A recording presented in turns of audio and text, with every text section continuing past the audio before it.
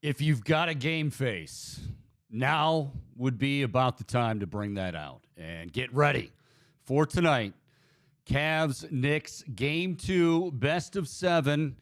We all know what happened Saturday night. We're not necessarily going to rehash it, but we know, they know, everybody knows what has to happen for the Cavaliers to knock this series at 1 game apiece and send it back to the Garden on Friday night, tied at 1. Welcome in. It is the Chico Bormann Show on this Tuesday. We are broadcasting from the beautiful Burke Lakefront Airport Studios. Boom. They are beautiful. Even got some casual fans walking by. Not necessarily fans. They're just walking by. Saw the waves crashing down on the shores of Lake Erie. The wind is pretty fierce today. Yeah, it is fierce out there. I don't know how many of the little Cessnas we're going to see going up today, but Godspeed to all those, and hopefully everybody remains safe, and all that good stuff. All right, 216-626-7901. Again, 216-626-7901. You can also find us on Twitter. We stream live every day beginning at 1. We come to you live Monday through Friday, 1 to 3, not only on the Big Play Network, bigplay.com, but also on YouTube. Hit the Chico Bormann Show and hit subscribe. Also on Twitter, we make it very easy, as you can go to @ChicoShow, CLE, and we'll be streaming live for you. You can check that out. And we're also working, we got a few other things.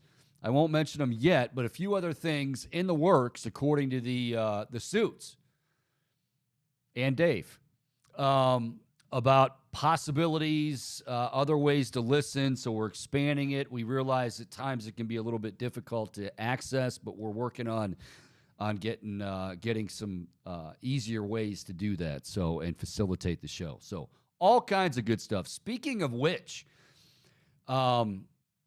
plenty of good shows here on the Big Play Network. One, of course, is Booby's World. And because of tonight's important Game 2, Booby Gibson, Daniel Booby Gibson, played his entire career here in Cleveland with the Cavs, collegiately at Texas. He knows how big this game is. He will be live at the Harry Buffalo downtown beginning at 5. And we'll take you right up until right about tip time. Tip, I think, is about 7:30. So I believe they are calling it the Liquid Courage Stop. So whatever it hey, I don't care. I don't necessarily imbibe anymore, but whatever it takes, that's fine with me. Get out there, say hi to Booby, slap 5 with Booby, and get some liquid courage. If you're going to the game, stop there beforehand. It's going to be an incredible atmosphere, just like it was in Game 1. This time, we need a different result. Not want a different result. We do want a different result. We need a different result. Because, folks, I know it's not over until the fat lady sings, okay? big bone ladies things. But if they go down 0-2 going back to the Garden, they're in big trouble. I'm not telling you anything you don't already know. I know there will be some that say, well, you can't give up. Yeah, I understand all of that. Blah, blah, blah. They go down 0-2 going back to New York. They're in big trouble. So this is it's a must-win game. They lost home court advantage with game one. There is a lot to do and a lot of work to be done in game two. Now, my understanding is one noticeable difference, the Knicks will be without Josh Hart. For those of you that aren't, he's not necessarily a household name, but he is, you go back to game one and you saw what contributions he made. Josh Hart is one of those guys, and we were talking about, it's not just front court players that are crashing the boards and doing getting all the rebounds. Josh Hart is a guy, 6'5" swing man. He went 17-10. Every single one of those guys, they crashed the boards. It's not just, Randall and Robinson. It's all of them. So, I don't think there's any big secret. The Cavaliers have to be more physical. They have to be more ready to play. They've got to do the easy things or the simple things, which became not so simple in game one. Hitting your free throws. Boxing out and getting a rebound, obviously. Holding onto the basketball, not turning the basketball over. Layups. I mean, just little stuff that became big stuff. And then you look at, that's the frustrating thing. They were outplayed. I don't care. I heard somebody say, oh, no, I don't necessarily agree with that. They were out. You don't want to say they were outplayed. Okay, fine. They were out hustled. They were outplayed. But that's just it. The Cavaliers lost by 4. Go back and look at how many easy bunnies they had that they missed. Go back and look at the free throw line. You've got 80% free throw shooters, some better than that. Going 1 of 2 cannot happen. Can't happen. Playoff basketball. Chris Manning from Locked On Cavs podcast will join us coming up at 2. Want to welcome in my good buddy, Michael Bohm. And Bohm, I think we kind of dissected it as much as we could yesterday. I don't think it took Dr. James Naismith to, understand what went down in game one. As we get ready, and we're just, about 6.5 hours away from tip-off. What is the number one thing on your mind, your wish list for tonight as far as the Cleveland Cavaliers? Well, Chico, it just felt like this team was inexperienced. Like all of it together, all of the errors, all of the additional missed shots, like more missed shots than usual, all the sloppiness and the turnovers, and really, frankly, Donovan Mitchell being the only one who you can consistently rely on in game one. I think it just all feels like a clear inexperience for this team. And so my question is, how much experience do you need before you can adapt and really compete in the playoffs? Because, you mentioned the physicality of the playoffs. It is another level. It is taken up a notch. The refs are going to be more lenient with that sort of physicality. And so I don't think the Cavs were ready for that. And they took the slap in the face. And I'm wondering how they answered tonight. There's a lot of questions that I think can be answered, but I don't know if, maybe it's going to take more experience for them to truly be up to form and handle that physicality. Okay, I would say, to answer your question, you didn't ask me directly, but I'll answer it. How long should it take, or how long does it take for I think one game. I mean, it should be. Now, granted, I know you still got to go on the road in the postseason. I've always said that's but they got a taste, and they got a really bad taste, left blood in their mouths of how physical it is. And let me just say this, okay? There's something that I didn't necessarily hear on Saturday, and I'm glad I didn't. I heard a little bit yesterday, and then I did hear some this morning. And I want to, If I can squash any of this, I want to squash it. Were there some calls in that game where you say, wow, the Knicks, they're really taking liberties there. They're moving guys around and they're getting real physical, things that would easily get called during the season. Julius Randle, wow. Yes. Okay. Chris Fedor does a great job with Cleveland.com, wrote a column talking about, 3 or 4 different plays that the Cavs may have looked at and may very well send to the league for the league to look at. Guys, I don't mean to say that it didn't, maybe some of those didn't cross the line. All I'm saying is it's not going to change. So you either adapt or it's going to be an early exit. They can adapt. I mean, they're not, we talked yesterday about can they change who they are? Can they change their personality? Well, okay, to some degree, not really.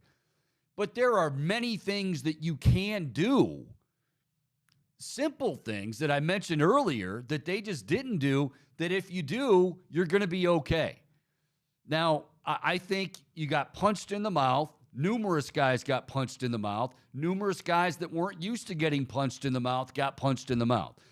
Evan Mobley is going to be a superstar, kids. Evan Mobley is going to be as special as they come, I think, in the NBA in just a few years. Okay? He played scared. Was he? I don't know. But he wasn't going up strong, and it didn't take long for the Knicks to send that message, whether it was Julius Randle, who was coming off the ankle, and we didn't even know if he was going to play, and he most certainly did, whether it was Julius Randle, whether it was Mitchell Robinson, whether it was Hartenstein, whether it was Josh Hart, who we believe won't play in this game tonight. They let them know right away. It's the postseason. This is how we play the game. And I know that it's very easy to say, well, yeah, but you know what? I mean, the Knicks crossed the line. Maybe they did on a few plays. I don't know. I mean, if Chris Fedor and others within the Cavs, or they want to isolate a few plays, I don't doubt them at all. All I'm saying is the answer is not going to be, oh, hey, the officials are going to be on warning and they're going to be looking for it. No. The Cavs have to come out and they have to, I'm not saying play dirty, but they got to play bully ball. You get hit in the mouth, hit them back in the mouth. The officials aren't going to call a lot of the stuff that, we're used to seeing, and even some of the Cavs are used to seeing in the regular season. I mean, it is so well known that this is why they say playoff basketball is night and day from the regular season. Fair or unfair, that's how it is. So this is starting to gain steam, and it's starting to make me steamed. Like, I don't want to hear that, well, the Knicks, they were a little too physical. The Cats, no. You don't want to go down that road. I mean, if we're talking dirty plays, then okay, fine. But, they were taking liberties, and then, of course, they're adjusting. They're waiting to see, okay, are the officials going to allow this? Yep, they're going to allow it. We're going to keep doing it. And keep doing it, and keep doing it. And Tom Thibodeau's no dummy. Tom Thibodeau has been around a while. Tom Thibodeau preaches that sort of basketball wherever he's been. And, we can play bully ball. We're going to play bully ball. The Cavs now all of a sudden, though, coming out tonight, say, that ain't going to happen. Now, you don't want to get caught up in you don't want to be baited, Draymond Green. You don't want to be baited into doing stupid things. So please don't take this the wrong way. But, Julius Randle can't be just single-handedly sticking a forearm and a knee into your backside and moving you like you're on roller skates right out of the lane. Can't do it. I know he's a bigger guy, And you might say, well, that's iffy. You know, officials should probably call that. Yeah, I agree. They're not going to. They're not going to. And again, the bottom line, they lost by 4 points. If they make free throws, if they don't miss layups, if guys like, you know, we had a few guys that just completely, they were almost non-existent. And I mean, these are big contributors. Darius Garland, Bohm, you talked about him yesterday. Darius Garland was one. Karis LeVert was god-awful. And I mean, he was a guy that, you know, look, we know, and this isn't going to change, the Cavs bench does not measure up to the Knicks bench. Now, they get a little bit of an advantage tonight, could be a big advantage tonight, because Josh Hart is supposedly not going to play. And like I said, he had a huge game. But that's just their mentality. You say, wow, Josh Hart, they all crash the board. They all go. I mean, everybody's going to the glass. It's not just, a lot of times we say, wow, they're a great rebounding team. Boy, that front court's probably good. That's just, if you're the top rebounding or one of the top rebounding teams in the league, I mean, yeah, it's a foregone conclusion that your front court is probably big and probably physical, and they probably garner their share of rebounds. But if you lead the league, especially in the NBA, you're not just doing it with your centers and your fours and fives. You're doing it with everybody going to the glass, and that's exactly what the Knicks did. So the idea that, like, well, they won because they played, you know, a dirty style of basketball. They play physical, very physical, and they're sure as hell not going to stop after game one. Chico, I would like to think that one game would be enough for the Cavaliers to adapt and really be able to hit back. I guess one point of reference that makes me concerned that might not be, or well, it's certainly going to be easier said than done. And that was like thinking back to, obviously it's a little before my time, but Michael Jordan going against Detroit for the first time. Yeah. When that whole team was totally out physicaled. And granted, it was kind of a different brand of basketball. That was clotheslines. That was absolutely dirty as dirty can be. But that was allowed back then. And the reality is, it's just so much more extreme. I mean, that was like, obviously that would be crossing the line nowadays, but it's just up to such a more physical extreme this postseason against this Knicks squad. And so it feels like, I mean, that took more than just sort of, I guess, mental preparation and practicing. I feel like that required bulking up, you know, and oh yeah, well, okay, to that end, you're right. Okay, like in the offseason, we heard Mitch Lawrence talk about it yesterday with Sirius XM NBA Radio. Is Kobe Altman? I mean, this team is still, and I know we forget this sometimes, they're still very, very young. And they, you know, again, a chance to go to the postseason is big, to experience the postseason, even if game one was a bludgeoning of sorts. It's big because guys understand and are going to understand. But to your point, yeah, I mean, Evan Mobley's not just going to turn into Dennis Rodman overnight. I mean, it's just not going to happen. But there are things Evan Mobley does that Dennis Rodman couldn't do, that Evan Mobley was not doing in game one. Like Evan Mobley, I'm not saying he's a ferocious, you know, but he can be much more physical and much more aggressive, I guess is the way to say it. Like he was fading away, and it looked like it looked like he never felt comfortable. And guess what? You might not feel comfortable against the Knicks. But there's and now we talk about rotations and what's JB going to do differently, and can he do a lot differently? You know, do you try out Danny Green more now? I mean, yeah, if you want. I still think Isaac Okoro, like, you're not just going to bench Isaac Okoro. He's got to hit some of those threes. He has to. But you can also, the thing about Isaac Okoro is he's also a guy that can take you to the basket, is not afraid to go to the basket. He has that junkyard mentality, that junkyard dog. That's why he's their, you know, best defender. So he's not going to be just eating up minutes on the bench because he's cold. There are different things that I'm sure the Cavs will bring about, but they're not just going to suddenly walk out there and be, the mid-'80s Detroit Pistons. It's not going to happen. No, Jared Allen's not going to turn into Rick Mahorn or anything like that. Yeah, and to your point about Okoro, I think you really got to let it ride with him. I mean, one game of playoff experience, and he was not the only one who looked like, I guess, sort of deer in headlights vibes of how big the moment is and not necessarily having experienced it before.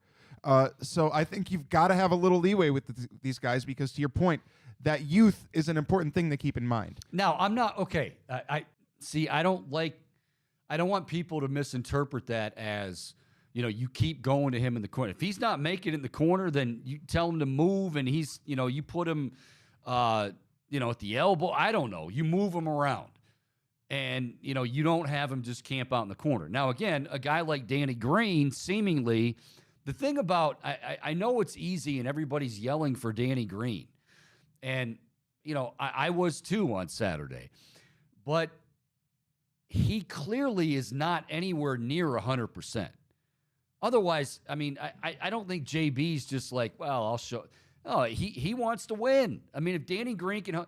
The bottom line is he's coming off knee surgery, and he's not 100%. They already know. You already know he's a liability defensively.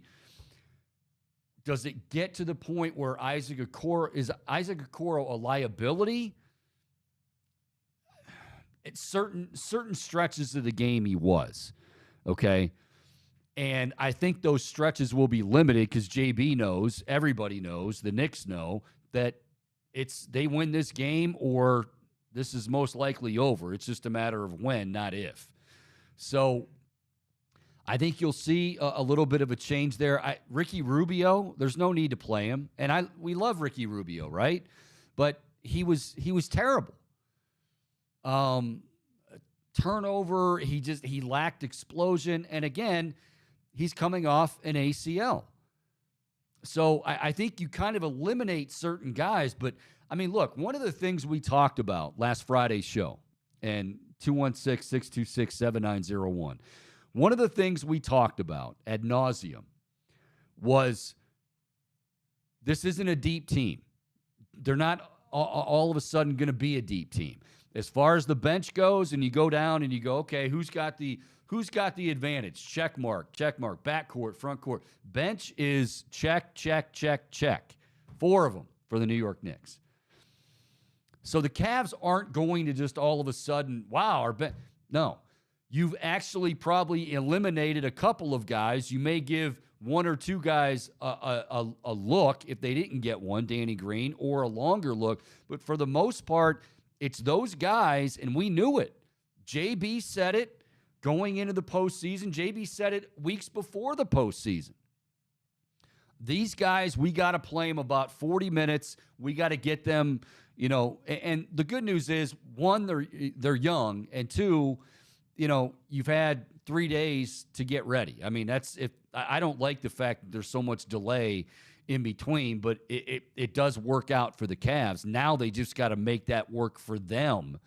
We know that Donovan Mitchell is going to be Donovan Mitchell. And by the way, Donovan Mitchell, we've got a nice little big play boost for you on our friends at Tipico on the Tipico app. Bet $45 on big play boost for Donovan Mitchell to score 45 plus in any game versus the Knicks, including tonight. You can go there right now and do it. Tipico. If he gets 45 plus in any game, you will obviously get paid, but you will also get a free Cleveland basketball shirt courtesy of our Big Play store. Chico, if Yes. I'm a betting man, I'm taking that bet tonight for this game. You are a betting man, Bohm. You are a betting man, and you are taking that. Go to the Tipico app, Tipico. You see him right there on our screen, and if you're watching, I'm with you. I think Donovan, and Donovan actually, it was a bit of a slow start. He missed some free throws, too. There's that balance there. You don't want him to feel like, well, it's all him, because if it is all him, they're going to lose game 2. But those stretches where he has to carry him, that's going to continue. Yeah, if there's any thing that I have the utmost confidence in with this Cavs team, it's that Donovan Mitchell is going to come out in some way or another and ball out. And I'm anticipating us, I suppose, at moments, some reminiscent of LeBron in the ways that he has to carry this team, which isn't necessarily the best thing. Like, that's not what you want. That's not what got the Cavs here. But he's the only player that I fully trust right now on that floor. Well, his backcourt mate, now let's go back to the guys that, really struggled. And Darius Garland was one of those guys. Even if you're not scoring points, and this was the thing with, like, Evan Mobley, like, even if you're not scoring the basketball, and I would like to see them get their touches more, let's not go away from them now just because of what happened in game one. But, like, you got it. There's other things you can do. And Evan Mobley, I mean, he played 12 minutes. That's every minute of the fourth quarter and got as many rebounds as you and I did watching the game on Saturday. That ain't good.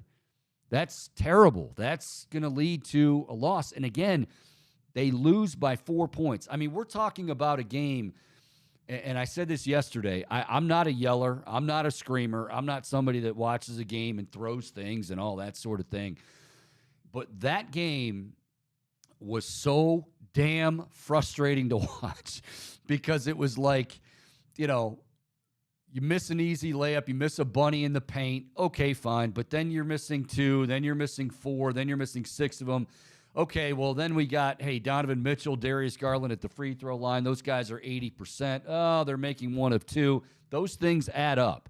Then you've got, obviously the offensive rebounding. And that just, to me, offensive rebounding like the Knicks had, 17 offensive rebounds, which they converted to 23 points.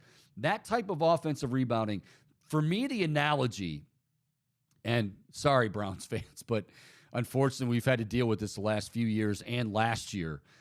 Like, when a team just runs the ball down your throat and there's really nothing you can do, that's what that felt like. You're sitting there going, okay, they got the stop. They didn't get the stop because, in came Hartenstein, in came Robinson, in came Julius Randle or Josh Hart. And somebody didn't box out, or if somebody did box out, somebody just wanted it more from the Knicks. And, like, after a while, it was just, it was like watching a Browns game when they can't stop the run. Like, guys, it's coming. They've got a lead, and they're going to try to eat clock, and this is what they've been doing well, and it's what you don't do well, and here it comes, and, well, there they go again. And like I said, that I'm not used to saying that or seeing that with this Cavaliers basketball team. But again, we're also not used to seeing playoff basketball here in Cleveland. Guess what? This is what it is. And that's why I say anybody who's saying, well, there's like 3 or 4 plays in that game from Saturday that they should be cutting up and sending to the league, and Adam Silver should be looking at them. I'm not saying that's not true. I'm just telling you, if you think that's going to dramatically change how the game is called, how the game is officiated, Zach Zarbo, it ain't. The Cavs are just going to have to man up, and they can. Again, they're not the Knicks in terms of physicality, but there's other ways to beat a team like that, and some of it is just the things you do well and the things that you can control, free throws. I mean, you can talk about how, unless I missed part of the game, Bohm, where Julius Randle was able to give a hip check to Darius Garland or Donovan Mitchell at the free throw line right before they attempted. Unless I missed that part, you still had the same rules. The free throws, they're just, nobody's there. You got to make those. Well, it's easy for you to say, Chico. I know, but that's what they do. That's what they do. And as physical as it was, you still had easy shots in the paint. And some of those, I was watching just like you folks were watching. I didn't see guys just, getting absolutely hammered. I saw guys getting moved around like once the ball was in the air because the Knicks were going to get the rebound, whether you liked it or not. Too many on the offensive end. but I didn't see like, oh my gosh, they're just these are fouls that aren't called. They just didn't play strong. They didn't play with confidence. The good news is it's only one game. It's only one game. It's the best of 7.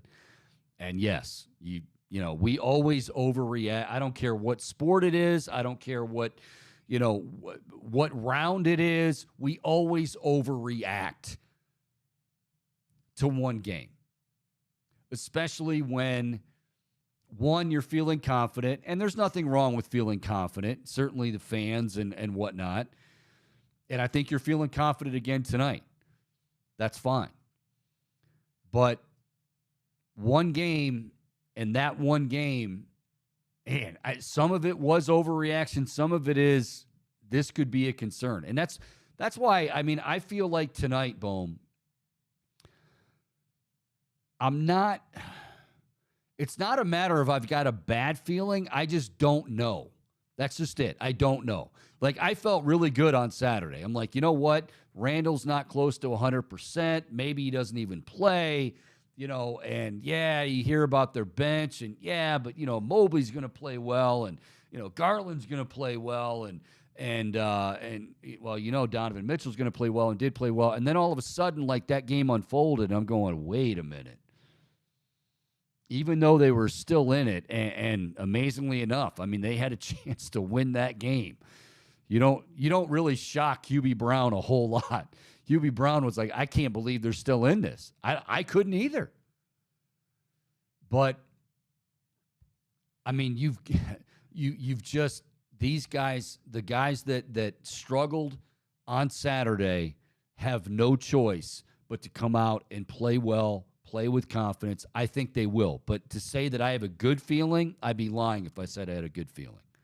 Yeah, I mean, we're going to have to see a different side of these players' games, a lot of them. And I think the most outstanding one to me just has to be Darius Garland, because it feels like the most tangible thing that can be changed. He was just so hesitant in game 1, and I think we could see a more Darius Garland. Like, just take your shot, man. And he's capable of taking over game 2. And absolutely. Another thing, I keep bringing up Hubie, but another thing with Hubie Brown is he kept saying, hey, Darius Garland's very capable. Darius Garland's very capable. Yes, Donovan Mitchell is the undisputed go-to guy. Donovan Mitchell is the assassin. Donovan Mitchell is all world.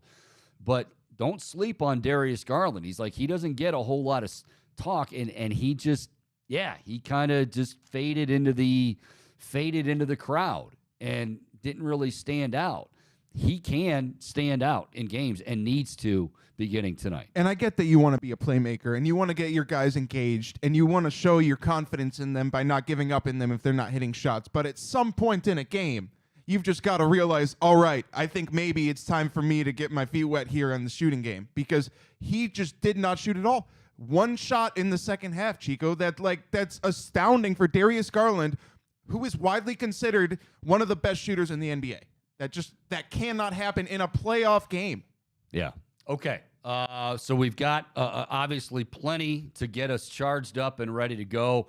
If you're looking for somewhere to party beforehand, before the game, got that nervous energy, you need some liquid courage, Boobie Gibson's got you taken care of. And the Big Play team, we're going to be down at Harry Buffalo beginning at 5. Boobie's going to be broadcasting down there, and you can say hi to Boobie. You can high-five him. You can rub his head if that's going to do good. He got whatever you want to do. Well, within reason. I can't. I'm speaking for whatever you want to do. No, I can't go that far. But Boobie wants to see a win, just like you guys want to see a win. Go down to the Harry Buffalo and join him. Beginning at 5, taking you right up until game time. Tip time is right around 7:30. All right, real quick, I want to mention this again. We talk about the action at Harry Buffalo. Action tonight with our friends at Tipico. $45 for Donovan Mitchell to score 45-plus in any game versus the Knicks. He had 38 on Saturday, and honestly, there was a while beginning portion of that game, and he said, wow, that's going to be tough. But that's what Donovan Mitchell does. Well, you can bet that Donovan Mitchell is going to be hoisting up some threes, and he's going to be ready to roll. So if you want to put 45 bucks, I think that's money well spent. Just my opinion.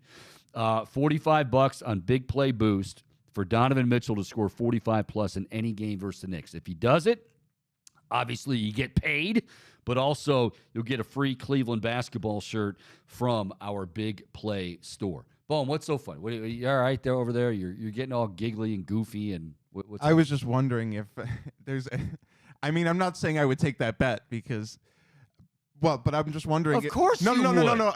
Not I would take that bet because I was wondering if you could bet that he wouldn't hit it. I don't know. I was just thinking about it. But I would definitely take the bet that he would hit it. Thanks, Bohm. Let Bohm trying to rain on everyone's parade. Hey, before the skies open up, if they are, Bohm's already taking care of that.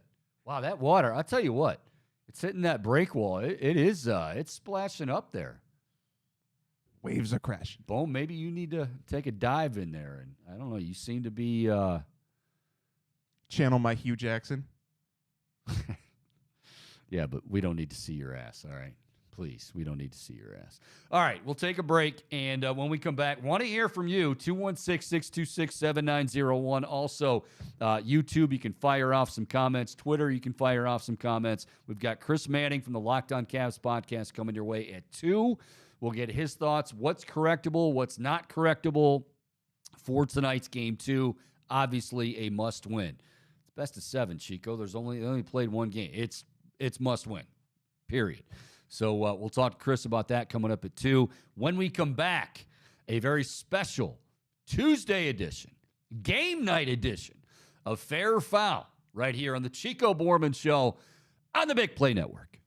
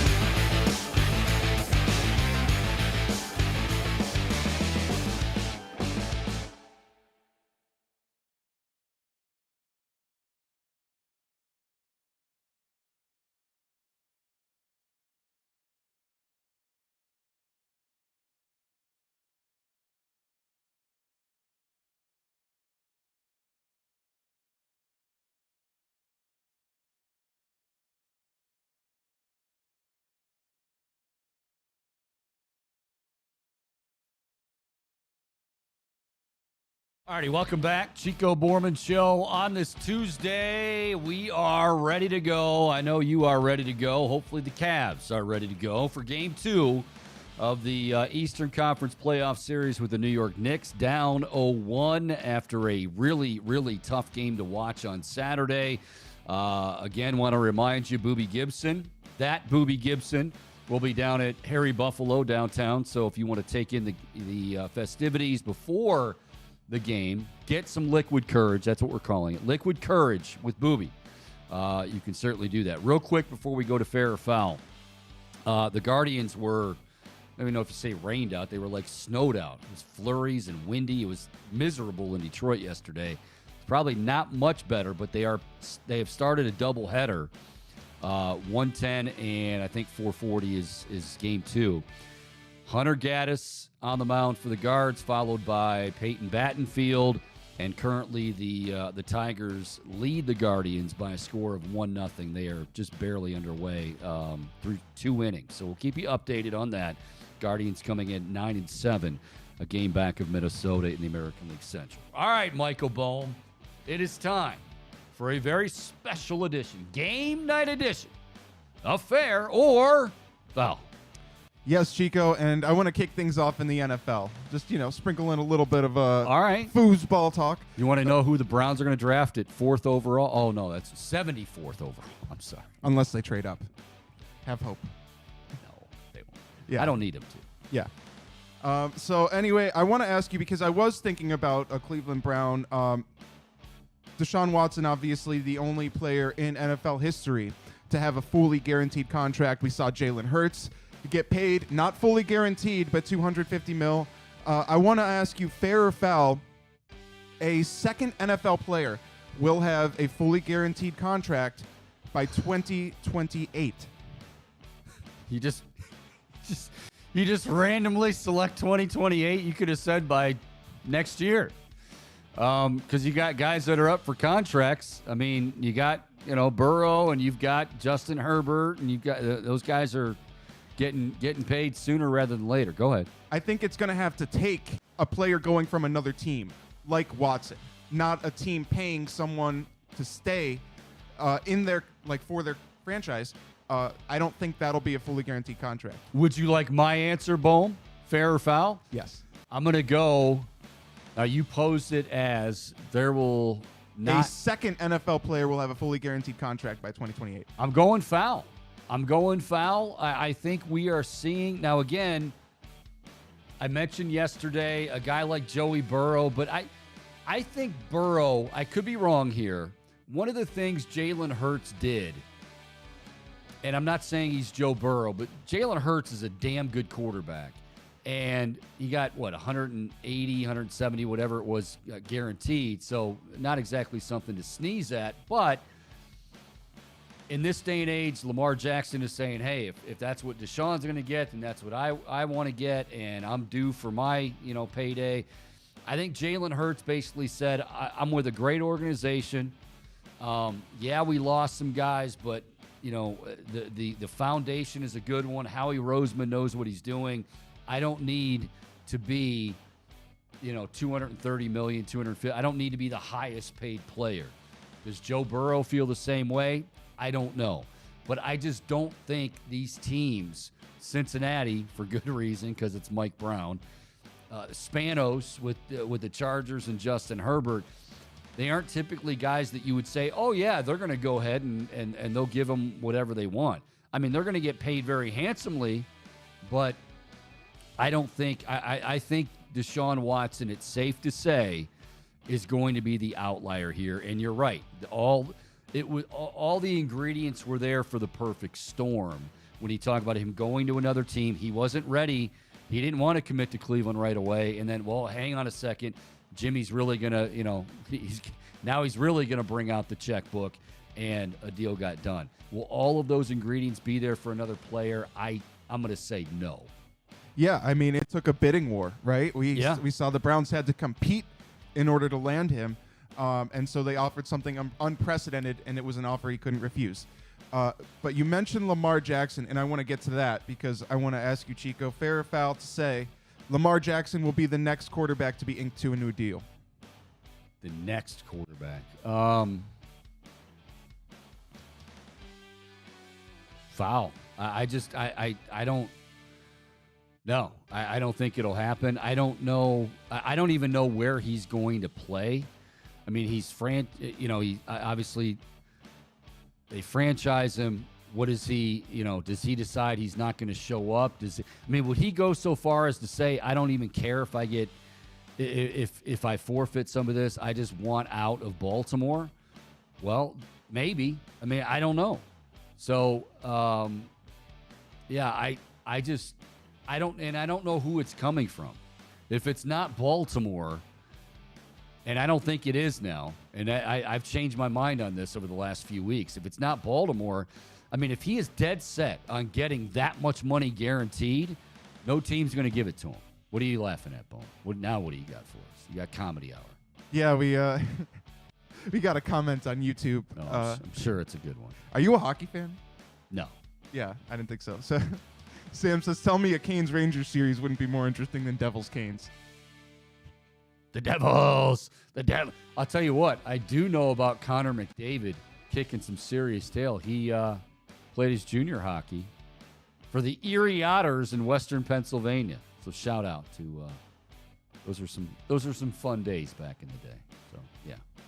Yeah, and shout out to our YouTube commenters. Thanks for chiming in, Sam.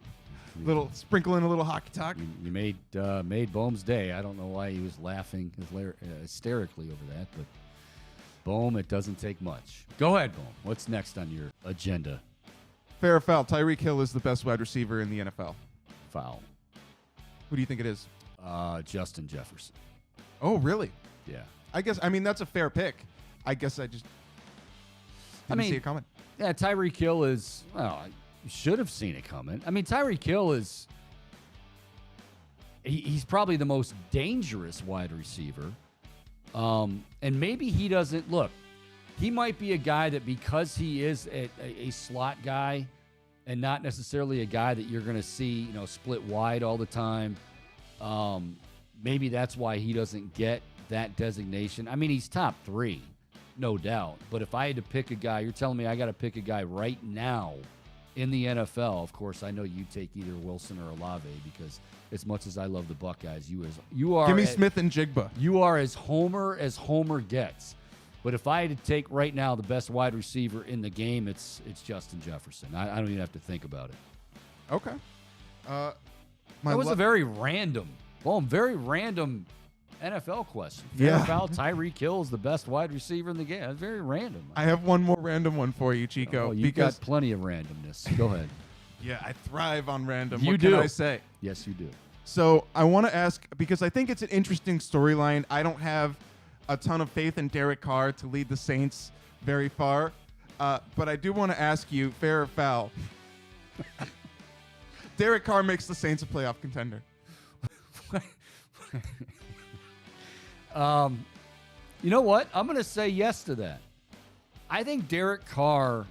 Now, I'm not saying he doesn't have his shortcomings. I'm not saying that he's, I do think that he is overly criticized. At the same time, I do think that he does have a lot of proving to do. But I think getting out of Oakland or L.A. or whatever, Vegas, wherever the hell they're at now, getting with the Saints, you've got some pieces on defense. You've got some pieces on offense too. I think Derek Carr. Yeah, I think Derek Carr can lead the Saints to the playoffs, and it's just as much about Derek Carr as it is about the supporting cast, which is getting a little bit older in some areas. But yeah, I would say. Plus, in the NFC South, Tampa Bay, they're not. Tampa Bay's not. Sorry, Baker. I don't really know who who am I missing in the NFC South? Anybody?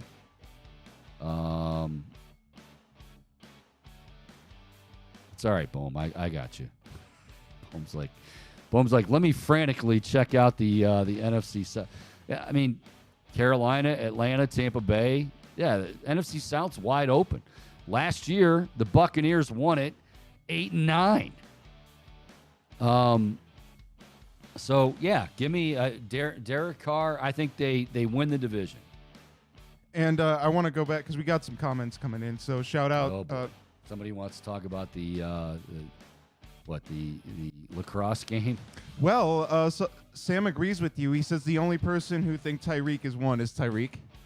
But then also weighing in on what we just talked about, he thinks Carr will work well in their system, but they will be a first-round bust at most. Oh, yeah, I totally agree. Yeah, they're not a team to be reckoned with by any means, especially when you talk about, now, obviously then we're talking about the Super Bowl, but even, the rest of the NFC, you've got the Vikings, you've got, although the NFC, even the Niners, Trey, all that talk and all that the big move about Trey Lance, they want Brock Purdy ready for week 1 because Trey Lance isn't their guy. The NFC is wide open, but they could maybe get to 2 series. But if you're going to talk about them, as far as, the Eagles obviously in the East, Dallas, they'd probably get bounced after one round. But if you're going to compare them to, say, the Eagles or some of the juggernauts in the AFC, which, as we know, unfortunately is loaded, no, they're not going to compete with those teams. All right. Well, I want to shift gears to the hard court, Chico. Okay, Bohm. Shift gears to the hard court. Yes. So we saw... Chico, I like to shift gears to the hard court. So yesterday, we saw something that the Cavaliers are hoping to avoid as the Golden State Warriors fell down 0-2 to the Kings. Yes. Yeah, they want to avoid that. Yes. So I want to ask you, Chico, fair or foul, have you changed your stance on the Warriors' fate in this postseason? Yeah, I have to. And give credit to Mike Brown in Sacramento. Now, last night was interesting. By now, I'm sure everybody's heard about Sabonis and Green and the theatrics. And here's the thing. Sabonis is not... He's not without guilt here. And, he obviously, he did something. He got a flagrant. But, so he grabbed... If I remember right, he grabbed Draymond Green's legs while he was down. And it happened once before. And then the second time it happened is when Green basically, they say, stomped on his chest. He said he just stepped it. But if you're Draymond Green, there's no leash for you. And you've got to be smarter. That teams are going to do that. You can't. I don't think it warrants a suspension. But if it does, it's Draymond being Draymond. And he's one of those guys that if he's on your team, I think you like him, except for cases like this. But Domantas Sabonis, I see, you got to go back to, I'm sorry, I can't do it. I can't do this without bringing up the best SportsCenter line by any SportsCenter anchor. And my favorite anchor of all time was Craig Kilborn, when he used to say, he's not your Vitas. He's not my Vitas. He's our Vitas, Sabonis. And is that his son or his brother? I don't even know. But, yeah, Sabonis was trying to, tangle it up. But the bottom line is Sacramento and Mike Brown, they're up 2-0. They're playing with confidence. Good for them. De'Aaron Fox, Malik Monk, they can play. They can play, and they've got the defending champs right now a little nervous. I know Steph's saying that this is what they thrive on, but they got to. Speaking of the Cavs being more physical and better on the boards, yeah, go listen to Steve Kerr. He's screaming the same thing. Yeah, Chico, and to your point, we've got a comment. It says, "We sure as hell do, Bo." Yeah, look, Kings just want this series more. There's nothing Golden State can do at this point to cobble back down 0-2, and I kind of agree with that. And I also want to ask you, because you mentioned Draymond. Now, he's obviously notorious in the NBA, widely considered maybe a dirty player, also by some considered to be a foundational piece of what makes Golden State great. Yes. Now, at the same time, Golden State has had to deal with a lot of controversy that he's stirred up. Obviously, last year he punched a player, a teammate, I think it was going into this season, wasn't it? Okay, so Jordan Poole, right? You punched him. It's a long season, but yeah. Punched your own teammate. Come on, man.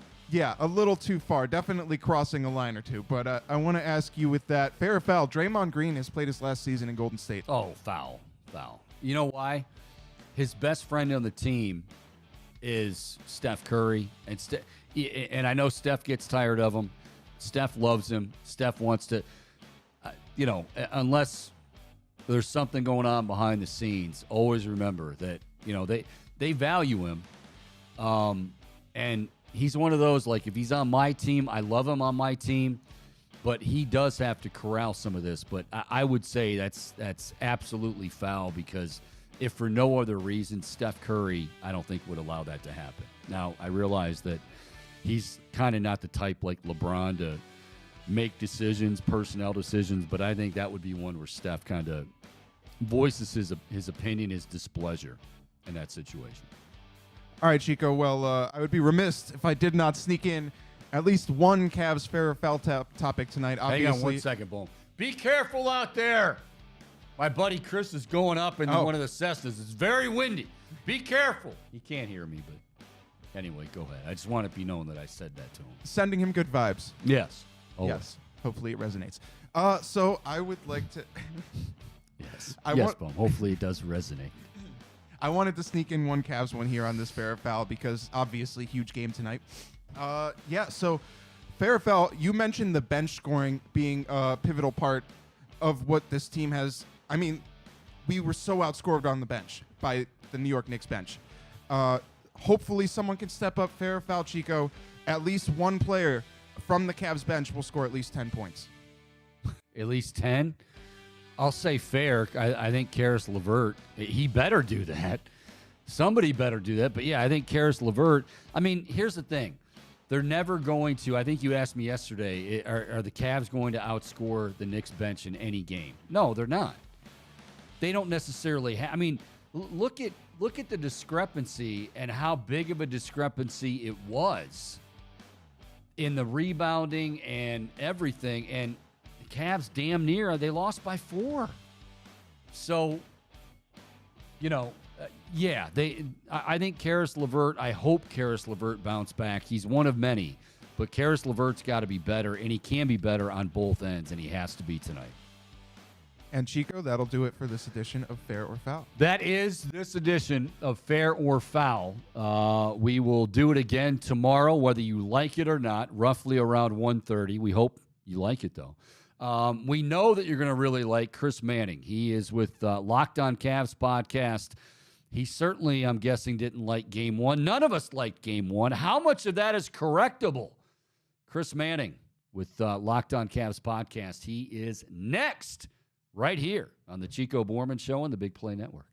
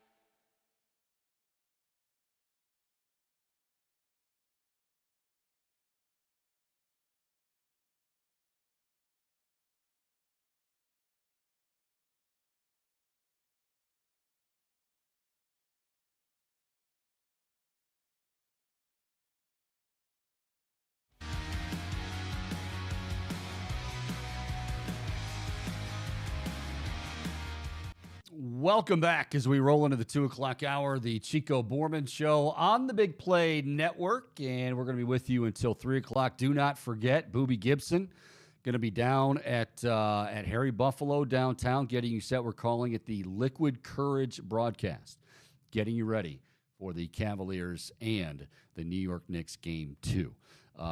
This man doesn't need liquid courage. Well, he might need liquid courage because I think he's in the process of moving. So we'll get to the Cavs in a moment. But everybody knows moving just sucks. Like, there's nobody in the history of mankind who said, wow, I really enjoy moving. You might like eventually where you're moving to. Hopefully that's the case. But moving itself sucks. Joining me right now, he's with the Locked On Cavs podcast. You can follow him on Twitter at CWM Rights. He joins us here. And Chris, my sympathies to you because I know how truly, like, it just, like, people say, oh, I hate doing laundry or I hate doing dishes. There's nothing that really compares with moving. You're so happy when it's done, but when you're doing it, it is the worst. So good luck to you. It is truly, I think, bottom 3 things. Yeah. I think prepping to move. I think the actual act of moving. And I think, like, when you're on the plane and someone stands up and, like, the plane just landed and they stand up and, like, eat up your space, I think those are my least favorite things to interact with in the world. I don't know why my brain went there thinking about this today, but I was thinking about this when I was doing some packing prep this morning. That's what moving does. It does. It Mm-hmm. messes with your brain. It messes with your brain. Takes you to a dark, like that, like there's playoff mode. I'm in dark moving mode. That's where I'm at right now. Hey, I always volunteer and rent out Bohm for parties and such. Bohm says he'll help you move if you need him. So, yes. Moving. Ugh. Yeah. So if you're in need of anybody, Bohm will be sure to help you out, won't you, Bohm? Yeah, there we go. Cool. Thumbs up. All right, Chris, let's get right at it. We know what tonight is. It is game 2, but it is a must-have game 2. Yeah, I know it's best of 7, but I don't think anybody's kind of sugarcoating this. They go down 0-2, heading back to the Garden. They're in big trouble. How much of what we saw on Saturday night do you feel good about, meaning it's correctable, and how much do you feel is, wow, that might just be kind of who they are and who the Cavaliers are? I think it's close to 50-50. I think there are things that Donovan Mitchell did that were really good, but I think there's things about Mitchell that you would like to see alter a little bit. I think, him being so just kind of dominant and not necessarily always engaging with Garland, I think that has to get better. I think the offensive rebounding stuff is very much who the Knicks are, right? Like I think the Knicks are very much this team that crash the offensive glass and do all these things. And, they won't have Josh Hart probably for this game. He's listed as doubtful, so you would think that kind of lessens it because he is truly one of the elite rebounding wings in the league and killed the Cavs in that sense. But I think it's a little bit of column A, a little column B. I think you'd expect the Cavs' level of performance to go up, but I think certainly there's things about this that feel like they are going to hold and be things Cleveland has to overcome if they're going to ultimately win this series. I said on yesterday's show and said to anybody who would listen, which wasn't many people because they didn't want to be around me after Saturday, but I'm usually not one. I don't know if this will surprise you or not. I'm usually not somebody who yells and screams at televisions during games and whatnot. I'm usually very composed. Occasionally an Ohio State-Michigan game will get me riled up, or obviously a Browns game. But for the most part, I don't yell too much.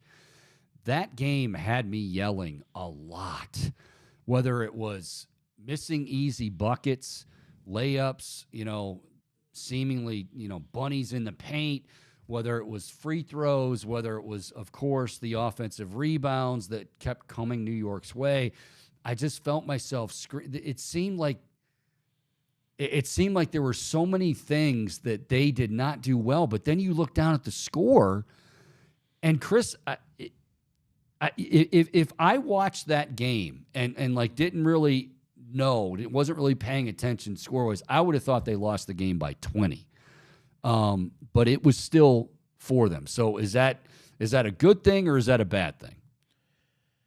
I think it's probably a good thing because I just think the low level you got out of Mobley and Allen and then Garland, I think especially in the second half and out of your role guys, if you're gonna spin it positively, I am not a shilling kind of person. I don't really ascribe to Bohm just is being for the Buckeyes. Yeah, he's a big shill. But anyway, go ahead. My brain has been just I can't do it anymore. But that part of my brain is just destroyed. But I think you would just expect just by the law of averages those guys to be better. Those guys, their quality just to be a little bit better because they've proven over the course of the season to be better basketball players than that. Certainly, I think adjustments. Certainly, I think things you have to kind of learn from, look at the tape, and get better. But this will be a test. I mean, Game 1 was the first real playoff game for a lot of these guys. This is the first real hey, we got to bounce back and adjust playoff game for a lot of these guys. Now, this is going to be a postseason, a series of firsts, and this is a continuation of that. I think I would expect things to look better and feel better, but let's see, let's see what it looks like. And I think they would. They preach kind of calmness and being ready and everything and all the media they've done. But I would bet you internally this feels like a must win. I mean, you said it, going back to Game 3 at MSG with the Knicks up 2-0 would be put yourself in a very, very interesting position. So I heard a few people, I kind of ranted on this a little bit at the start of the show just after one, but I've heard a few people. And interestingly enough, I didn't hear a lot of this on Saturday night right after the game or even the next day on Sunday. But now, people I'm hearing, well, there's a few plays in there where clearly the Knicks were, overly physical and the league should take a look. Chris, that might be true. I mean, but that's what they do. That's what Tom Thibodeau preaches. I just, if we're waiting for that to change or thinking that the officials are going to call a different game, I think it just seems like you're hoping for something that is no way, no how going to happen tonight. Yeah, I mean, I think if there's one thing to say that I think if you're hoping for something different just based on who the Knicks are, it's that I think Josh Hart really will change. No, Josh Hart really will change things. Agreed. Josh Hart, if you look at any of the rebounding numbers, whether it's just per game, whether it's the percentages, that is one of the truly highest level, highest volume offensive and defensive rebounders as a wing in the NBA. That is especially true. 17 and 10 on Saturday. Yeah, and he has he's on the top Cleaning the Glass, this site run by a former NBA front office person that tracks some of the stuff. They track your offensive rebounding percentage off of free throws and off of field goals. And off of field goals, he's in the top 3% of forwards in the league in terms of the percentage of shots that he's grabbing off offensive rebounds since he got to the Knicks. That is a guy that there's just no way they're going to replace that production. And that also doesn't, it could still happen just in the sense that if you go back and look at some of those offensive rebounds, it is Hart's persistence, Hart's kind of know how to do that. But there's also clips where Karis LeVert is looking up at the ball and he's not kind of tracking his man. He's looking at the ball. He's not looking at the man to box out. It's always going to be a little bit of column A, a little bit of column B. There are things Cleveland can control, but you're right. There are a lot of things that are just built into what this Knicks team is that are going to have and cause some of these issues. What do you think the plan is tonight as far as the Cavaliers defending? I mean, not only Randall, but really Jalen Brunson. How does that work out tonight? I'm curious to see if they double down on the Jetty Osman thing. I think if you go back and watch the tape, I think Osman, the film looks okay. I don't trust it. I don't. Brunson is quicker than him. Brunson is stronger than him. Brunson is going to figure out that matchup. I think you got to go back to Okoro. I understand he missed a bunch of shots. I understand there's going to be some issues there. I understand looking for offensive solutions. This is an offense-first league, but this is a Cavs team built on defense. This is a Cavs team built on getting stops. They're never going to be a better offensive team than the Knicks in this series. I don't think that's going to happen. They're going to win the series by slowing the pace, by actually getting rebounds, and by really kind of grinding this out. And Okoro was by far their best chance at defending Brunson. He's not going to do it for the entire game. I don't think he's going to play that many minutes, but I think you got to ride with him and trust that he's going to defend Brunson really well. And otherwise, it's going to be Allen and Mobley on Randall. And we'll kind of see which one works better in the moment. And is there different ways you could do it? But I think with Brunson, I think you'll see Mitchell on him at times. I think he did okay in Game 1. I think you might see Osman on him. You might see LeVert on him. But I think Okoro has to be the guy that draws the brunt of those reps against Brunson. Yeah, I agree with you. I don't think you go away from Isaac Okoro now. I mean, people forget he was coming off injury as well, not to make excuses for him. I also think, and I'd like you to comment on this, he would spot up in the corner. Well, okay, if the shot's not there, the only thing that really frustrated me with Isaac on Saturday was it was like, okay, I'm not hitting from the corner, but I'm going to still camp out here. Like there are other things that he can do, and I think certainly has to do in this game tonight. I know they want to unclog the paint, and obviously they're not going to guard him. But if he's moving around, I think that would be something that would at least be conducive to the Cavs being able to get something on offense going. Yeah, I think there are things that he can do that he has to. It's a read thing. It's a read and react thing. Like he's going to have to, see when there's space to cut in and dart in. I think he has to read this. But they also do need, especially if he can start making a couple of shots. I think him standing in the corner and being that option is a big thing. Now, are they leaving him alone? Yes. And does that cramp up spacing? Yes. But I think there are. I think there are things there that you have to just kind of get a little bit of column A, a little bit of column B again. I think he has to just take some threes. Look, lest we forget, his last real regular season moment, which felt like a thing in real time and felt like a real propulsion forward for him in real time, but obviously the injury hasn't hurt. I think one of the things that has really changed things for him is that he got hurt, but he had this moment where he hits a game-winning three against the Brooklyn Nets. That felt like something that was going to propel him forward, and it feels like some of that momentum kind of just got kneecapped when he got hurt and got taken out of the lineup.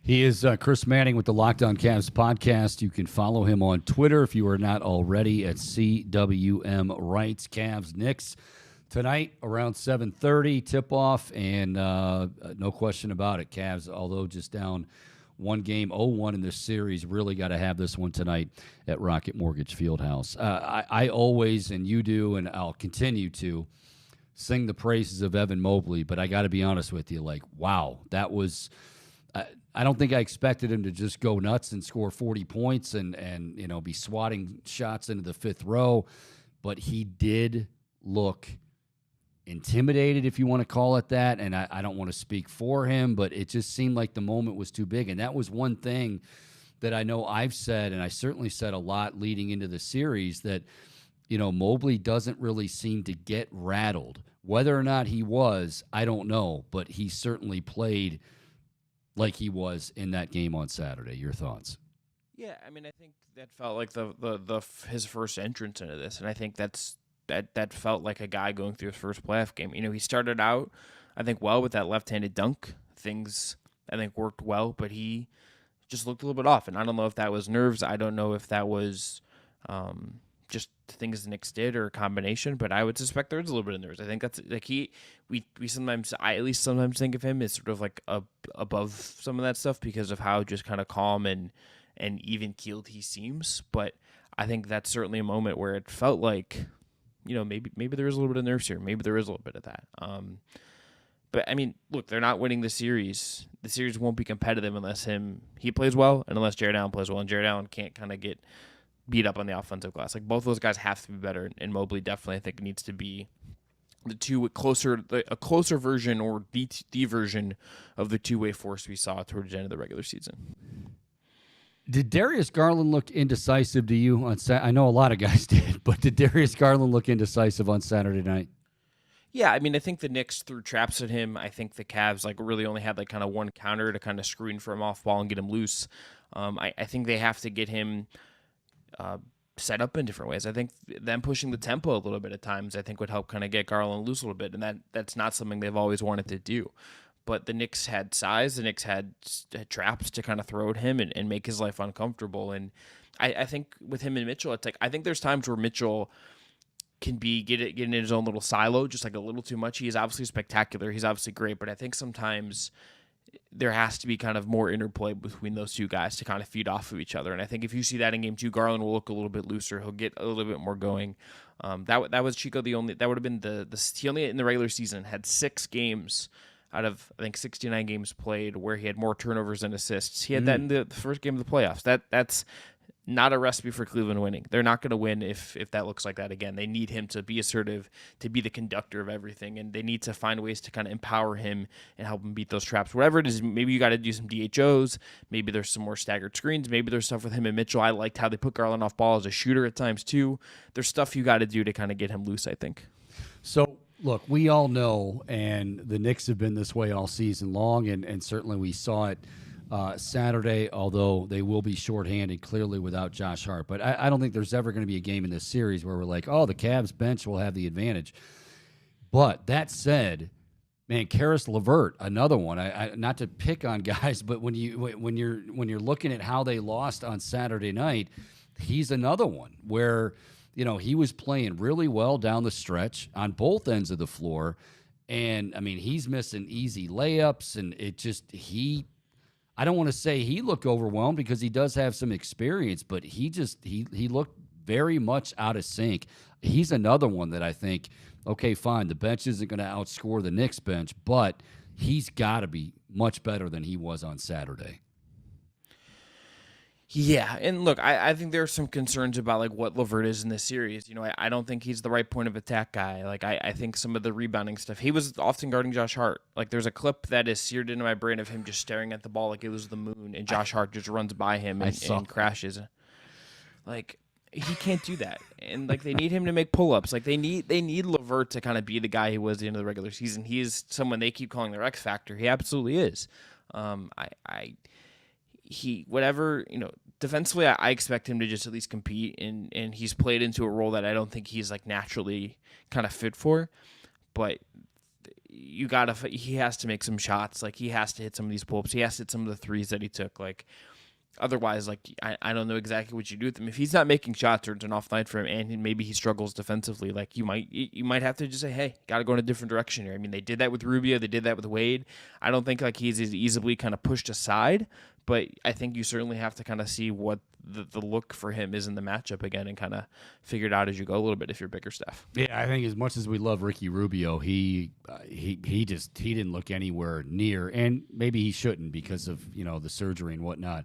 You know as well as I do, all the fans, even some media, they're clamoring for Danny Green. Danny Green. He's got playoff experience. He's a guy that can hopefully those threes in the corner that are left wide open that he can knock down. Why is it? Because we've been asking this question, and I know you've been answering it as well since February. Like, wow, why doesn't he play more? Is it he's just not that healthy? Does JB not trust him? And do you think we'll see any of Danny Green for that matter, any of Danny Green tonight? I think he doesn't play because he's like an older wing who has like a very like set kind of utility as like a guy who doesn't move as well as he used to. Doesn't really give you the point of attack defense where like I think, I think there's like a Danny Green from a couple of years ago. He could have just defended Brunson and you would have been good with that. That's not really the Danny Green that exists anymore. I think maybe if you're Bickerstaff, you think that makes it harder to get him minutes. But at a certain point, I don't know if it's this game. I don't know if it's in New York, but I would not be surprised if you see him in this series. Like this team really just does need like a guy who can hold up on his end in the perimeter and like shoot threes and shoot them confidently. And like if that's the way they go and they just say we're going to simplify things, like hey, Karis, you don't have it tonight. We're going to try Danny Green. Like that would not surprise me. Like there's a clear functionality with Danny Green, even if the upside isn't as high and like you're missing out on really attacking closeouts anymore, and he's not going to create his own shot. Like there are things Danny Green does that I think like would kind of fit in a vacuum. And I also Chico thinks speaks to the fact that that's like the biggest roster hole Cleveland has. It's just like they're dying for like a really prototypical 3-and-D wing. So when you get one of the best ever, who's like a proven winner on the buyout market, I think there is a little bit of natural like give me that, even if it's not like. That's a Ferrari with 100,000 miles on it. That car is like needs an oil change, but it's still a Ferrari of 3D wings. It's just like can you get it around the block enough? Maybe it's not a Ferrari. I feel like that's maybe the wrong car, but I'm not a car guy, so I don't know what to tell you. Well, he once was pretty damn close to that. I mean, he was Bowman. Yeah. You want to enter the car? Is there one you want to throw out there for him? Bugatti? See, I feel like it might be like a Subaru Outback kind of situation, like really dependable. Boy, you go from a Ferrari to Subaru Outback. No, it's like LeBron is like the sports car. The superstars are the sports cars. Okay. Maybe he's like a Range Rover, you know, All right. like really nice, really expensive, but like, is he going 150 on the highway? No. Yeah. But it looks really nice. That's fair. All right, before we get a prediction out of you, and I know you're busy with moving and all that other stuff, anything looking around the league early in these series, obviously Sacramento being up 2-0, I'm sure stands out, but anything, any big surprises for you early on in these playoffs? I mean, it's the Kings. They're up 2-0 against the defending champs. Draymond Green, I don't know if I stayed up and watched that game last night, and Draymond Green like hit a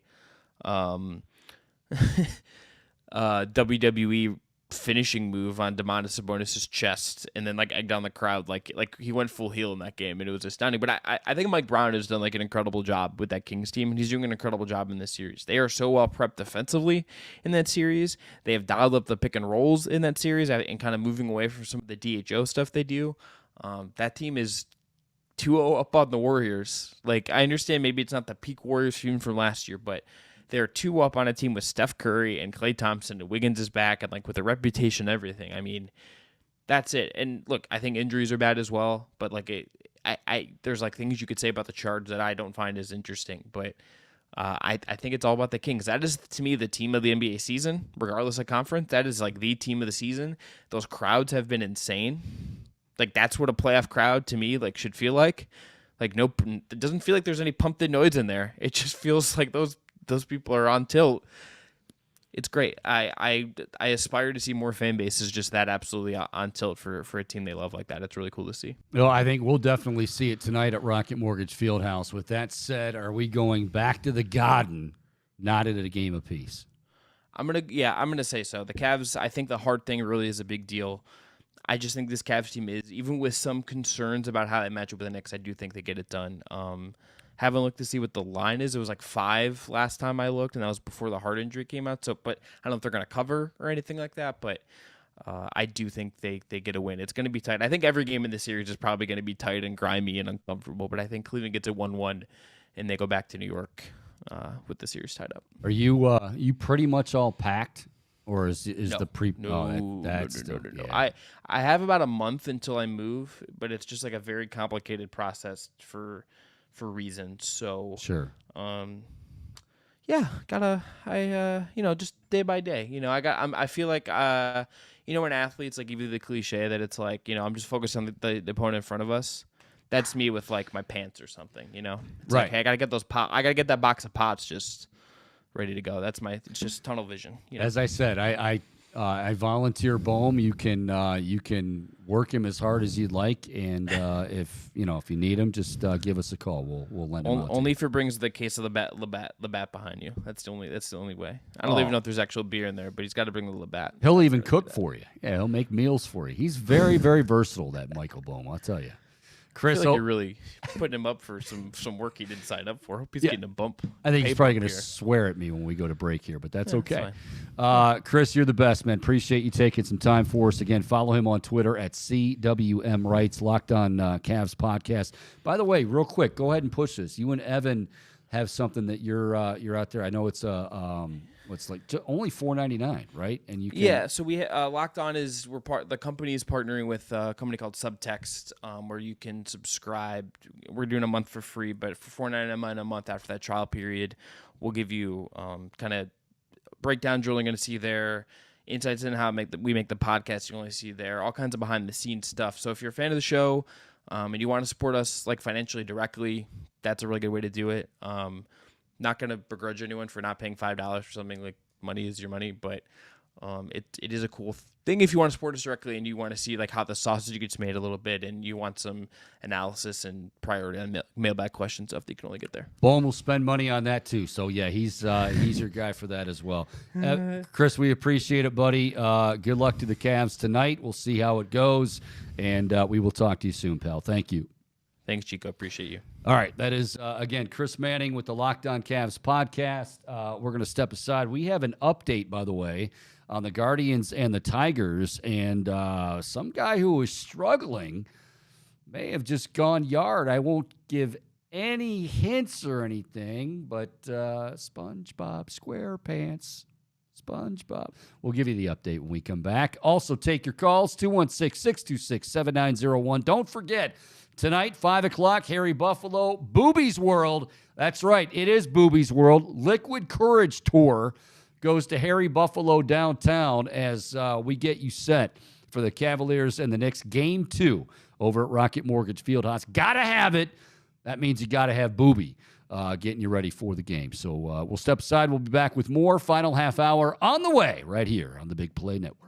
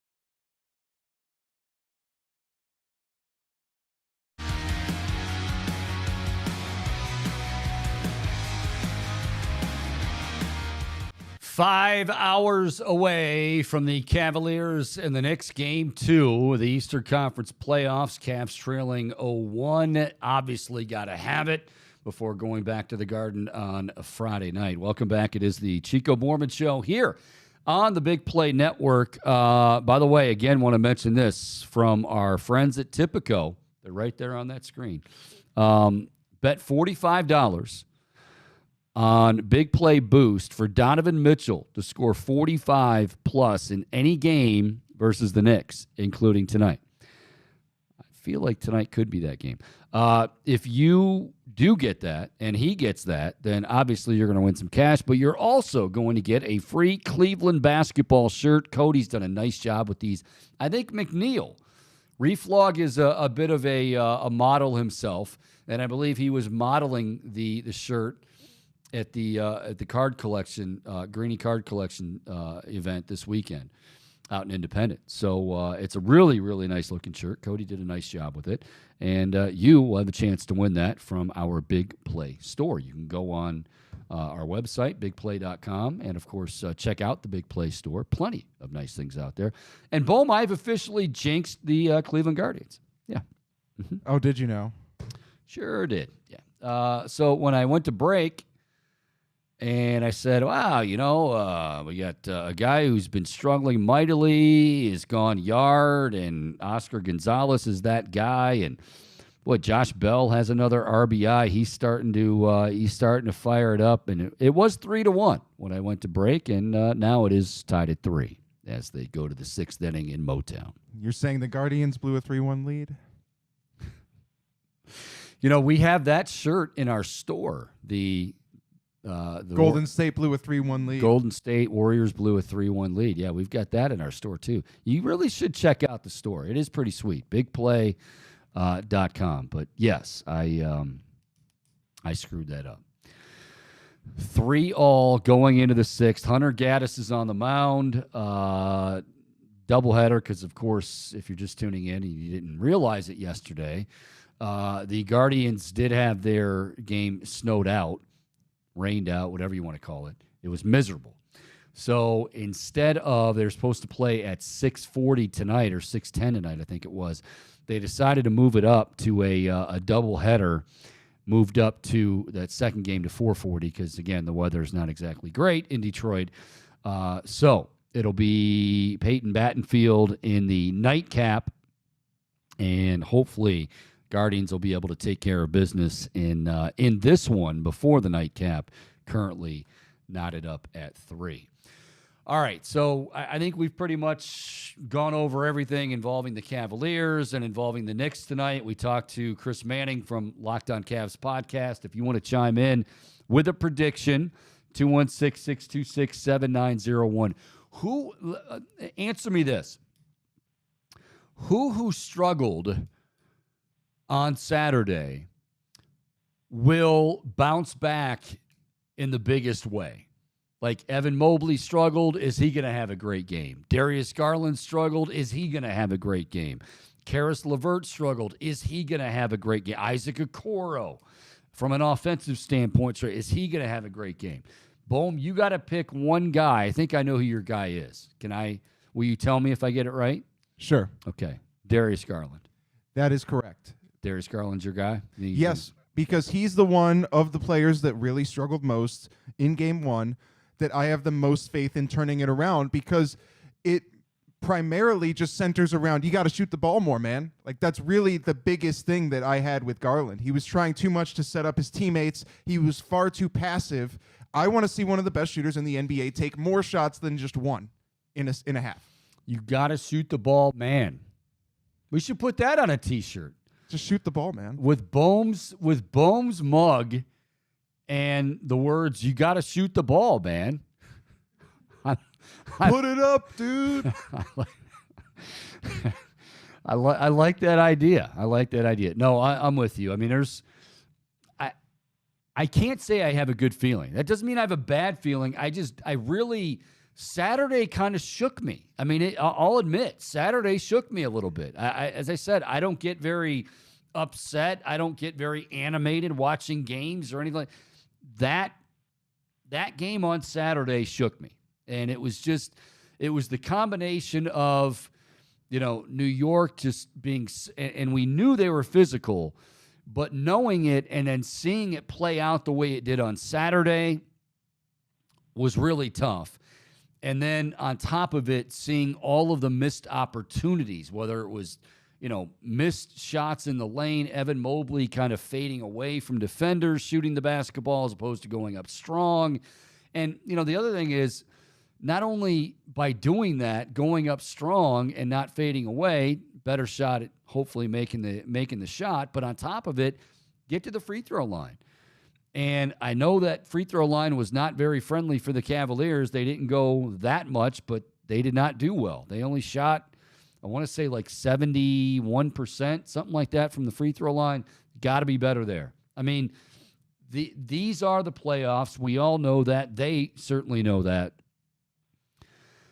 The Knicks know it's the playoffs as well. They're going to play well. They played very physical, but you've got to be able to certain things that you can control.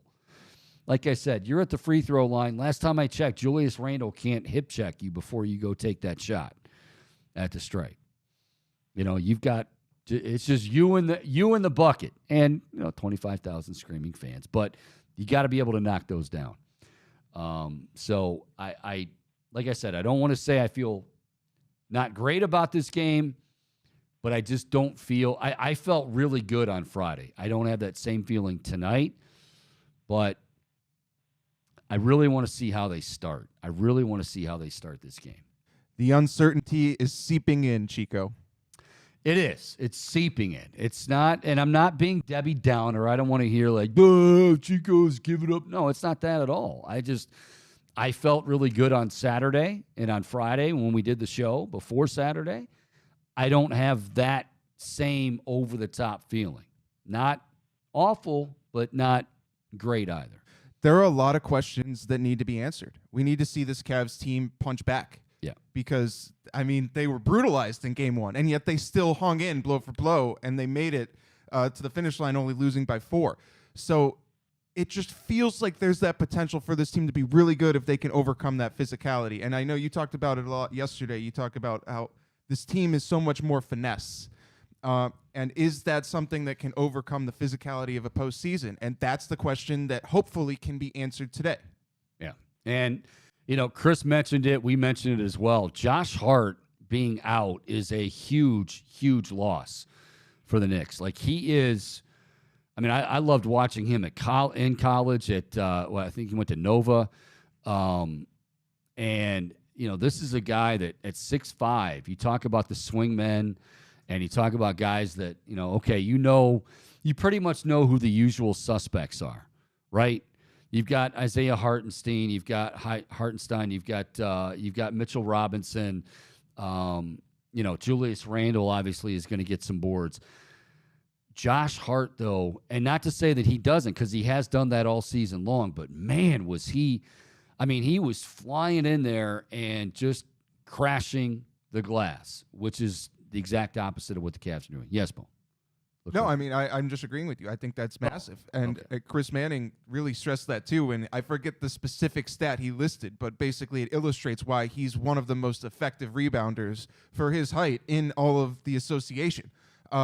So that is a massive edge, I guess, for the Cavaliers to have in this one. And, we went into game 1 thinking that Julius Randle might not be in there. We saw the difference that he made. How much is Hart going to make? I think I have to expect that with this Cavs team feeling like they're back against the wall, they are going to come out crashing the boards a lot more aggressively.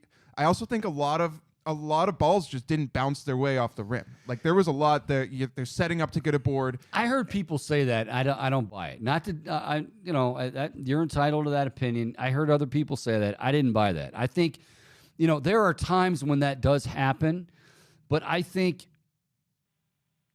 when you have that many guys going to the glass, like, it's going to seem that way. But I just think that they sent more guys to the glass. And then, you had guys, Karis LeVert, even Mobley at times, other guys that just, they wouldn't put a body on anybody. Julius Randle, that last possession that basically sealed it, he went in there and was like, okay, I don't have much left in this leg, because he was playing on that bum ankle, but he's like, I'm going to give it everything I had, and nobody really contested him.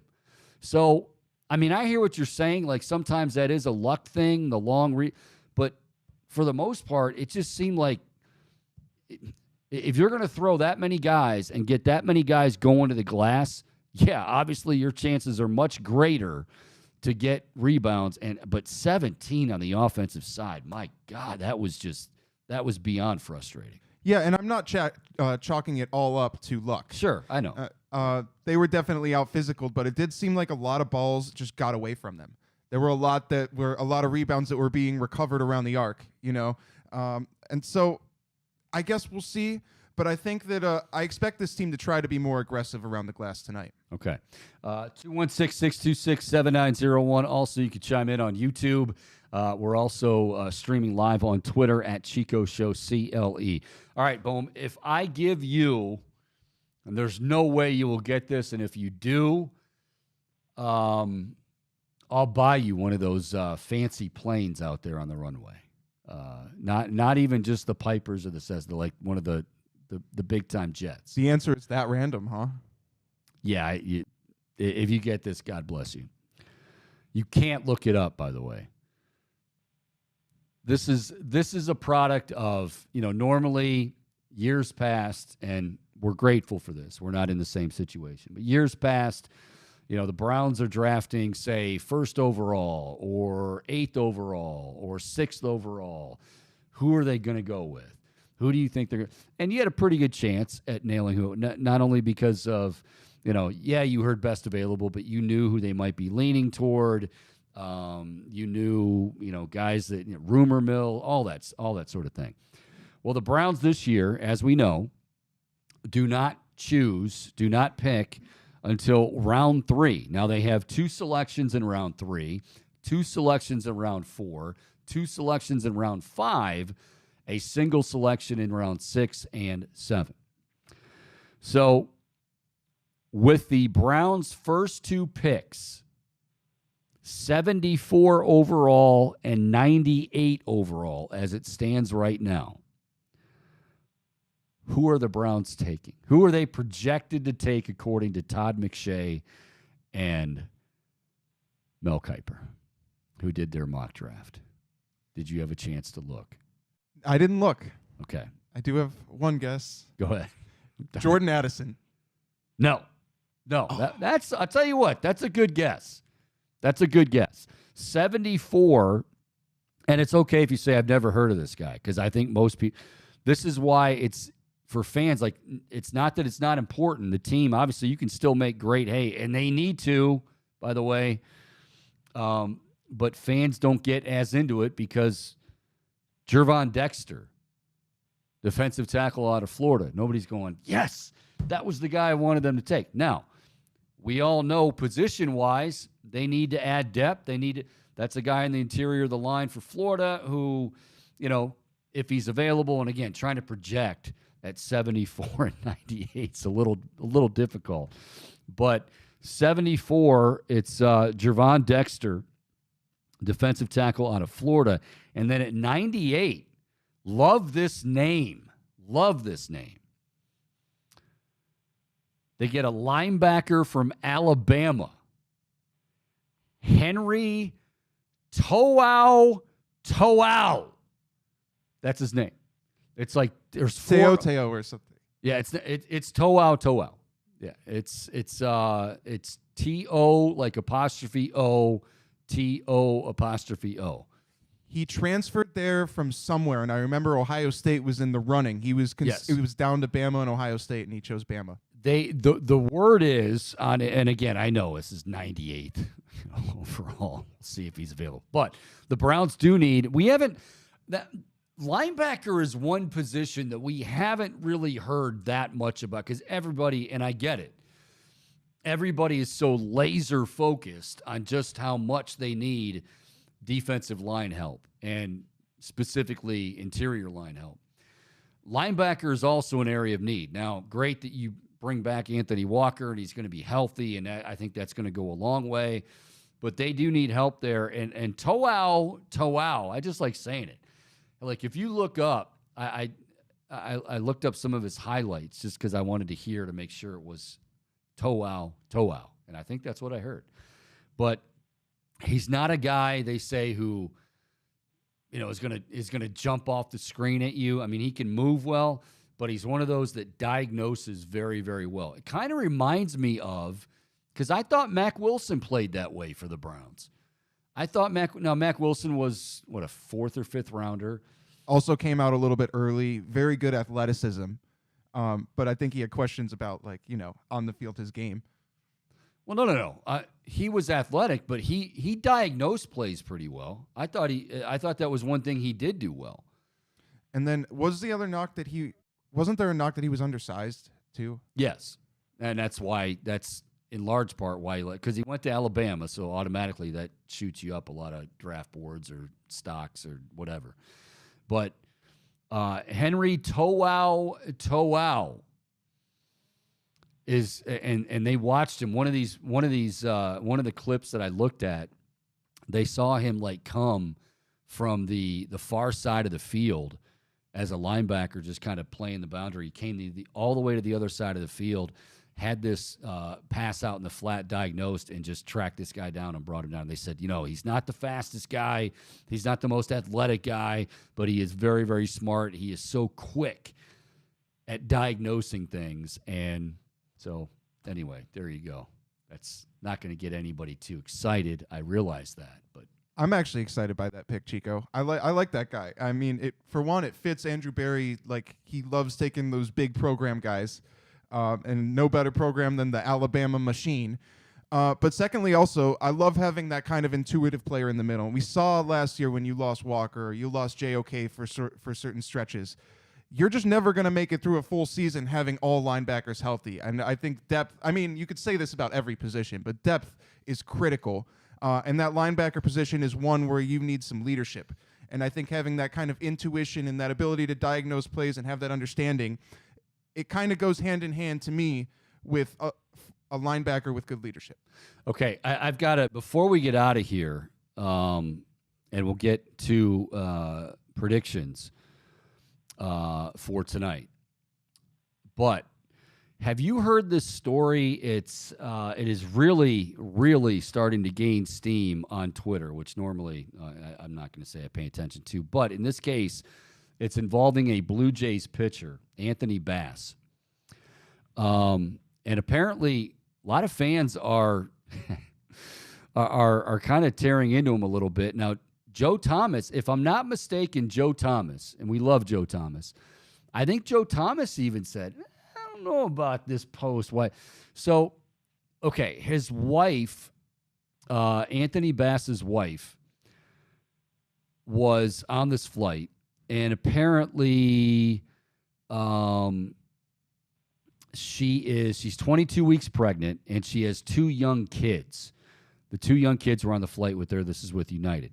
So Anthony Bass, tweeted out, I think this was just yesterday, quote, "The flight attendant at United just made my 22-week pregnant wife, traveling with a 5-year-old and 2-year-old, get on her hands and knees to pick up the popcorn mess my youngest daughter made." And then ... Are you kidding me? The tweet didn't take long to go viral. Many people took issue with Bass's comments.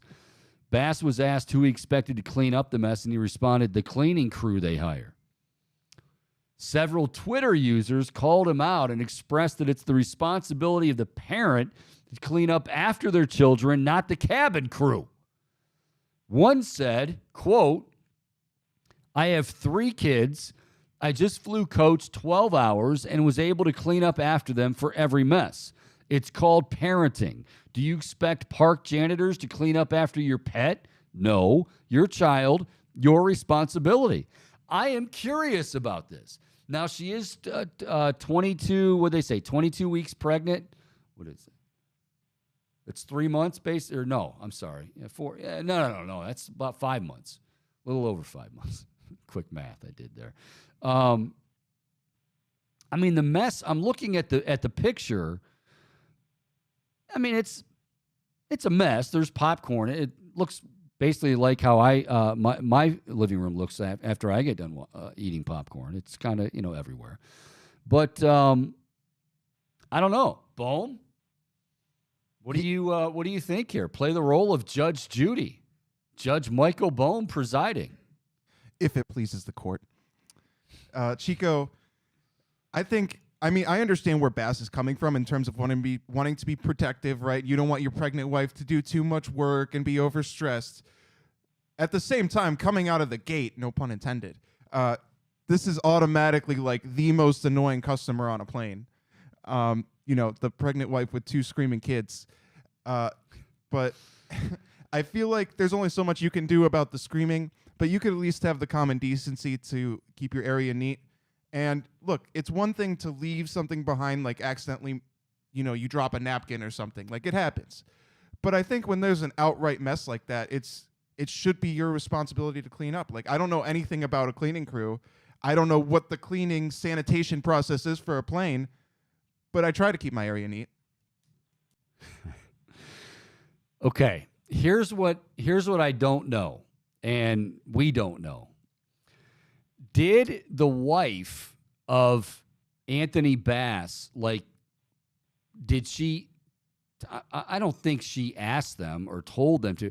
Like, how did it come about? Like, was it the end of the flight and they were getting ready to leave, and the flight attendant had been like keeping an eye on it, and and she and he or he and some of the other flight crew was like, yeah, you guys notice this mess? Well, let's see if they clean it up. I don't know if that's what happened, or if she basically said, like, no, you guys can clean it up. I don't know. But boy, Bass really, he really, to tweet that out, like, you're going to protect your wife. I get that. You're maybe not happy. She's pregnant. She shouldn't be on her hands and knees, on the floor picking up. I mean, my guess is she is at home. When they make messes, she's probably not calling in Anthony, like if he's in the bullpen. Anthony, can you come home and clean up the popcorn mess that the kids made? I can't. I'm 22 weeks pregnant. No, I'm not. But I understand Bass being, I guess, a little upset and defending his wife. I don't know about tweeting it out, though, and, like, calling him out. Like, they took a picture and went viral. Like, I don't know. Kind of odd. Yeah, Chico, I don't think that being pregnant is an excuse when you're signing up to travel on a plane to like be irresponsible for your kids, to not look after them and not make sure that things aren't getting messy in a public space, a tightly confined public space like a plane. I will say the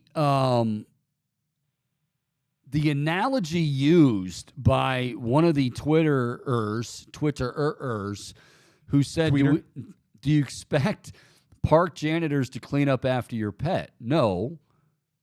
Your child, your responsibility. Is that a fair comparison? I think we need to dig more into the sanitation process of planes. Yeah, this is very interesting. I mean, really, I'm intrigued with this. Like, what is the protocol? Is it common knowledge? Do you say, well, there isn't protocol, it's just common sense? I don't know. Now, here's what I guess I would wonder. If she's not pregnant, then is this even up for discussion? Or does the fact that she is 22 weeks pregnant, I believe is what it says in here, and that they wanted her to clean it up, being on her hands and knees, I don't know. It gives off vibes of self-entitlement, air of entitlement. But kind of like Dave here. Big Dave, yeah. I didn't say that. You said that. It's all right. Yeah, I'll take ownership. Your words, not mine. But anyways, no, I think it's kind of an entitlement, but I also envision that the whoever the airline assistant was that was asking them probably didn't ask in the nicest way. That's what I want. Yeah, we don't know the tone of the conversation. You need to clean up your mess. Yeah. Did she be like, oh no, you didn't? I mean, we don't know. We don't know. Break out the sass on them. We don't know. Yeah. Was there some sass involved? We don't know what happened. All right. Before we get out of here, a couple things. Again, our friends at Tipico, they got a chance for you to get, obviously, to make some cash, but also to get some nice garb from our Big Play store. Bet $45 on Big Play Boost on the Tipico app for Donovan Mitchell to score 45 plus. Now, it counts for this game, but any game versus the Knicks. And if he does, you'll obviously cash out. You will also get a free Cleveland basketball shirt from BigPlay.com, the Big Play store. Check it out anyway. It's outstanding. Also, Boobie Gibson is coming up. He's going to be live at 5 o'clock. So a couple hours from now, you got plenty of time to get down there. He's going to be live at Harry Buffalo, getting you ready. Liquid Courage, we're calling it. Liquid Courage, Booby and Company. Now, Rafa, his sidekick, Rafa would be the mayor, as he's known, obviously, around here, who's a part of Booby. He's obviously, I'm guessing, working. He'll be on the net. Or how does that work? Like, do they, does Rafa have to pull double duty? I'm curious. One last thing before I go. I mentioned Dave, right? Dave's on Twitter, really, just, he's kind of, if you see Dave out, give him a little pat on the back and tell him it's going to be okay. He's apparently his golf game's very, really struggling right now, Boom. Oh, he's in a slump? Yeah, yeah. 3 handicap? My guess is he shot a 76 while on vacation at Hilton Head, and that's got to, I can only imagine. Like, you want to be able to just enjoy vacation, but man, when you card a 76, and God forbid, think about this. You really want to think about a guy down in his luck. He probably lost a Pro V1 golf ball. Ooh. Yeah. Pour one out for that Pro V. Yeah.